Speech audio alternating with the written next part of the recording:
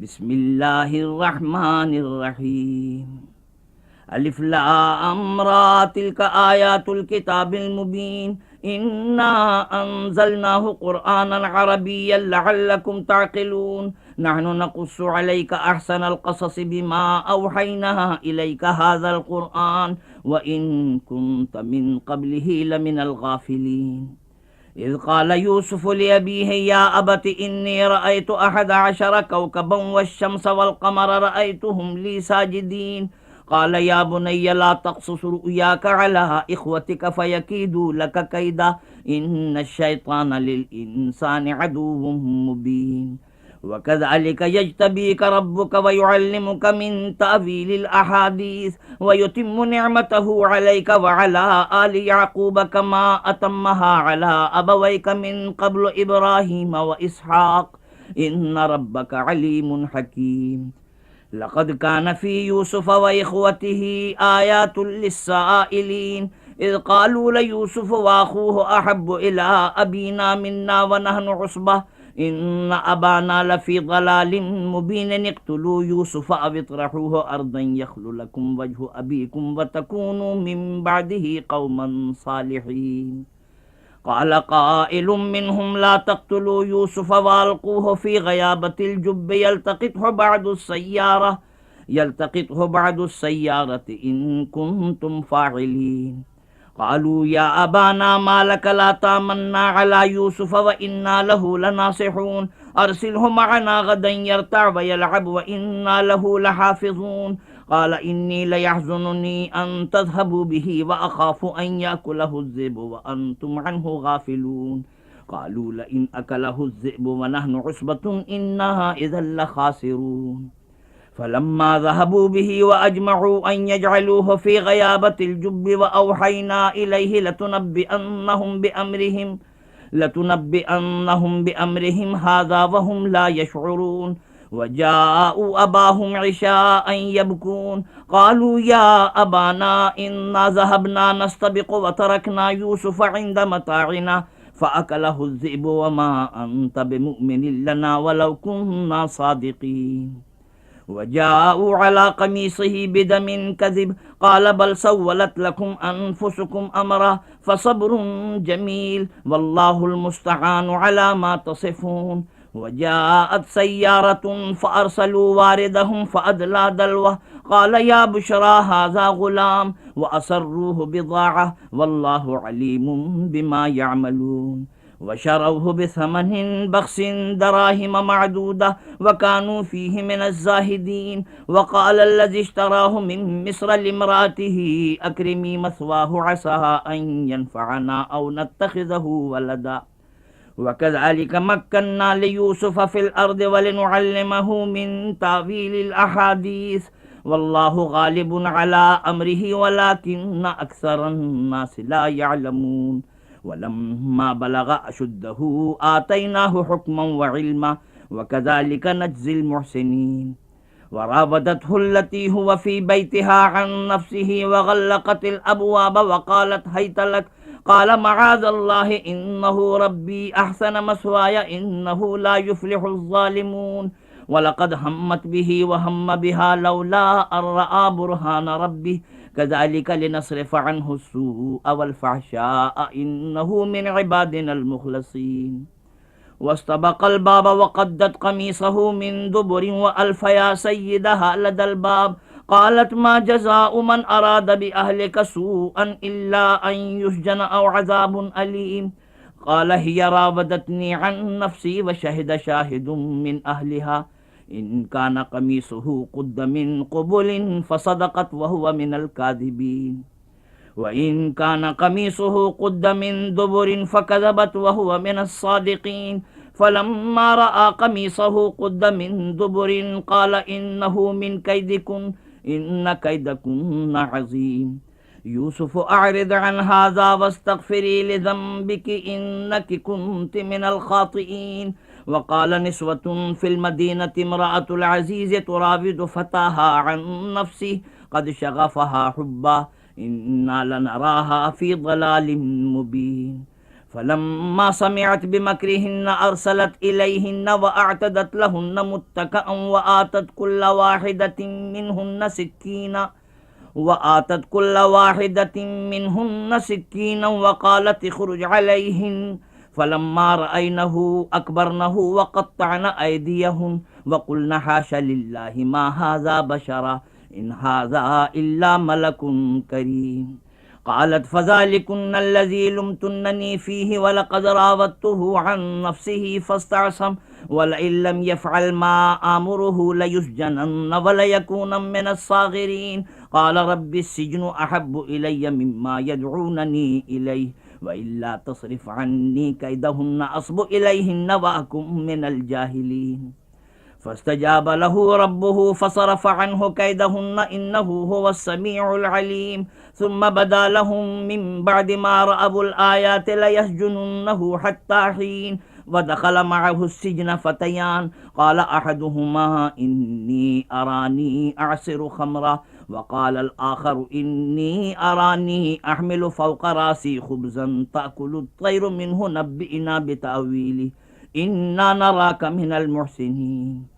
قال لا يأتيكما طعام ترزقانه إلا نبأتكما بتأويله قبل أن يأتيكما ذلكما مما علمني ربي إني تركت ملة قوم لا يؤمنون بالله وهم بالآخرة هم كافرون واتبعت ملة آبائي إبراهيم وإسحاق ويعقوب ما كان لنا أن نشرك بالله من شيء ذلك من فضل الله علينا وعلى الناس ولكن أكثر الناس لا يشكرون يا صاحبي السجن أأرباب متفرقون خير أم الله الواحد القهار ما تعبدون من دونه إلا أسماء سميتموها أنتم وآباؤكم ما أنزل الله بها من سلطان إن الحكم إلا لله أمر ألا تعبدوا إلا إياه ذلك الدين القيم ولكن أكثر الناس لا يعلمون يا صاحبي السجن أما أحدكما فيسقي ربه خمرا وأما الآخر فيصلب فتأكل الطير من رأسه قضي الأمر الذي فيه تستفتيان وقال للذي ظن أنه ناج منهما اذكرني عند ربك فأنساه الشيطان ذكر ربه فلبث في السجن 9 سنين وقال الملك إني أرى 7 بقرات سمان يأكلهن 7 عجاف وسبع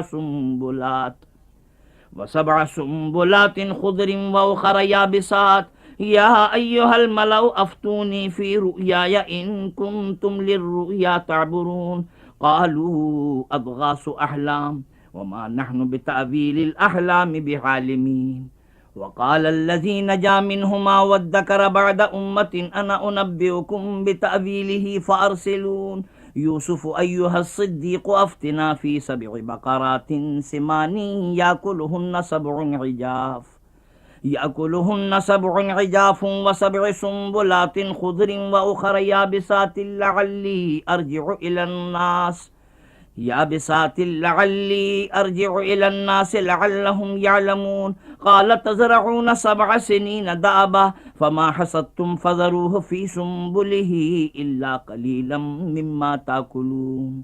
ثم يأتي من بعد ذلك 7 شداد يأكلن ما قدمتم لهن إلا قليلا مما تحسنون ثم يأتي من بعد ذلك عام فيه يغاث الناس وفيه يعصرون وقال الملك ائتوني به فلما جاءه الرسول قال ارجع إلى ربك فاسأله ما بال النسوة اللاتي قطعن أيديهن إن ربي بكيدهن عليم قال ما خطبكن إذ راوتن يوسف عن نفسه قلن حاش لله ما علمنا عليه من سوء قالت امرأة العزيز الآن حصحص الحق أنا راودته عن نفسه وإنه لمن الصادقين ذلك ليعلم أني لم أخنه بالغيب وأن الله لا يهدي كيد الخائنين وما أبرئ نفسي إن النفس لأمارة بالسوء إلا ما رحم ربي إن ربي غفور رحيم. وقال الملك ائتوني به أستخلصه لنفسي فلما كلمه قال إنك اليوم لدينا مكين أمين. قال اجعلني على خزائن الأرض إني حفيظ عليم. وكذلك مكنا ليوسف في الأرض يتبوأ منها حيث يشاء نصيب برحمتنا من نشاء ولا نضيع أجر المحسنين ولأجر الآخرة خير للذين آمنوا وكانوا يتقون. وجاء إخوة يوسف فدخلوا عليه فعرفهم وهم له منكرون. ولما جهزهم بجهازهم قال ائتوني بأخ لكم من أبيكم ألا ترون أني أوفي الكيل وأنا خير المنزلين. فإن لم تأتوني به فلا كيل لكم عندي ولا تقربون. قالوا سنراود عنه أباه وإنا لفاعلون. وقال لفتيانه اجعلوا بضاعتهم في رحالهم لعلهم يعرفونها إذا انقلبوا إلى أهلهم لعلهم يرجعون. فلما رجعوا إلى أبيهم قالوا يا أبانا منع منا الكيل فأرسل معنا أخانا نكتل وإنا له لحافظون. قال هل آمنكم عليه إلا كما أمنتكم على أخيه من قبل فالله خير حافظا وهو أرحم الراحمين. ولما فتحوا متاعهم وجدوا بضاعتهم ردت إليهم قالوا يا أبانا ما نبغي هذه بضاعتنا ردت إلينا ونمير أهلنا ونحفظ أخانا ونزداد كيل بعير ذلك كيل يسير. قال لن أرسله معكم حتى تؤتون موثقا من الله لتأتونني به إلا أن يحاط بكم. فلما آتوه موثقهم قال الله على ما نقول وكيل. وقال يا بني لا تدخلوا من باب واحد وادخلوا من أبواب متفرقة وما أغني عنكم من الله من شيء إن الحكم إلا لله عليه توكلت وعليه فليتوكل المتوكلون. ولما دخلوا من حيث أمرهم أبوهم ما كان يغني عنهم من الله من شيء إلا حاجة في نفس يعقوب قضاها وإنه لذو علم لما علمناه ولكن أكثر الناس لا يعلمون. ولما دخلوا على يوسف آوى إليه أخاه قال إني أنا أخوك فلا تبتئس بما كانوا يعملون. فلما جهزهم بجهازهم جعل السقاية في رحل أخيه ثم أذن مؤذن أيتها العير إنكم لسارقون. قالوا وأقبلوا عليهم ماذا تفقدون قالوا نفقد صواع الملك ولمن جاء به حمل بعير وأنا به زعيم. قالوا تالله لقد علمتم ما جئنا لنفسد في الأرض وما كنا سارقين. قالوا فما جزاؤه إن كنتم كاذبين. قالوا جزاؤه من وجد في رحله فهو جزاؤه كذلك نجزي الظالمين. فبدأ بأوعيتهم قبل وعاء أخيه ثم استخرجها من وعاء أخيه كذلك كدنا ليوسف ما كان ليأخذ أخاه في دين الملك إلا أن يشاء الله نرفع درجات من نشاء وفوق كل ذي علم عليم. قالوا إن يسرق فقد سرق أخ له من قبل فأسرها يوسف في نفسه ولم يبدها لهم قال أنتم شر مكانا والله أعلم بما تصفون. قالوا يا أيها العزيز إن له أبا شيخا كبيرا فخذ أحدنا مكانه إنا نراك من المحسنين. قال معاذ الله أن نأخذ إلا من وجدنا متاعنا عنده إنا إذا لظالمون. فلما استيئسوا منه خلصوا نجيا. قال كبيرهم ألم تعلموا أن أباكم قد أخذ عليكم موثقا من الله ومن قبل ما فرطتم في يوسف فلن أبرح الأرض حتى يأذن لي أبي أو يحكم الله لي وهو خير الحاكمين. ارجعوا إلى أبيكم فقولوا يا أبانا إن ابنك سرق وما شهدنا إلا بما علمنا وما كنا للغيب حافظين. واسأل القرية التي كنا فيها والعير التي أقبلنا فيها وإنا لصادقون قال بل سولت لكم أنفسكم أمرا فصبر جميل عسى الله أن يأتيني بهم جميعا إنه هو العليم الحكيم وتولى عنهم وقال يا أسفا على يوسف وابيضت عيناه من الحزن فهو كظيم قالوا تالله تفتأ تذكر يوسف حتى تكون حرضا أو تكون من الهالكين قال إنما أشكو بثي وحزني إلى الله وأعلم من الله ما لا تعلمون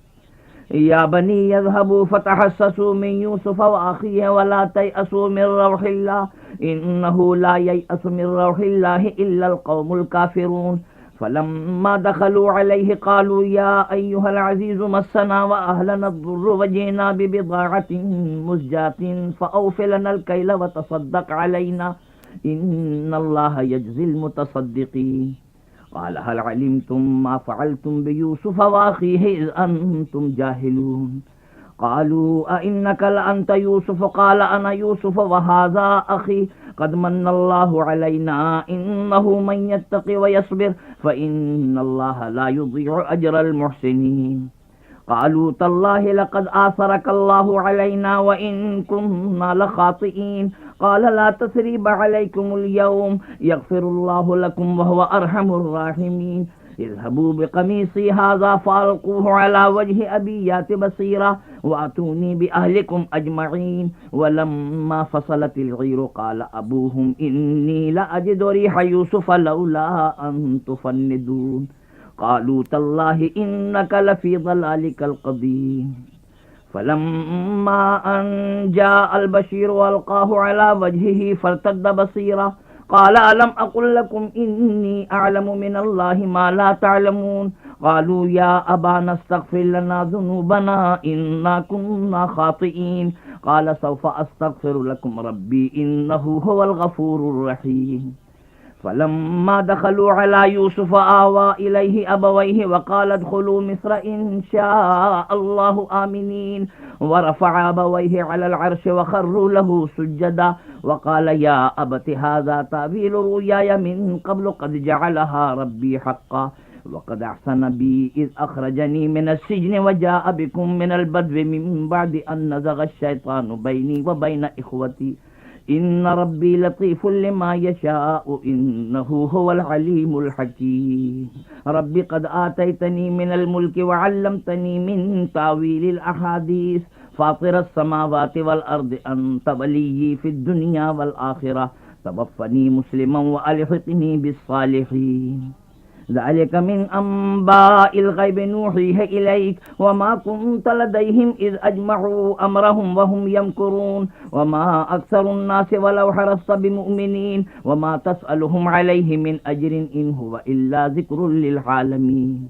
وكأي من آية في السماوات والأرض يمرون عليها وهم عنها معرضون وما يؤمن أكثرهم بالله إلا وهم مشركون أفأمنوا أن تأتيهم غاشية من عذاب الله أو تأتيهم الساعة بغتة وهم لا يشعرون قل هذه سبيلي أدعو إلى الله على بصيرة أنا ومن اتبعني وسبحان الله وما أنا من المشركين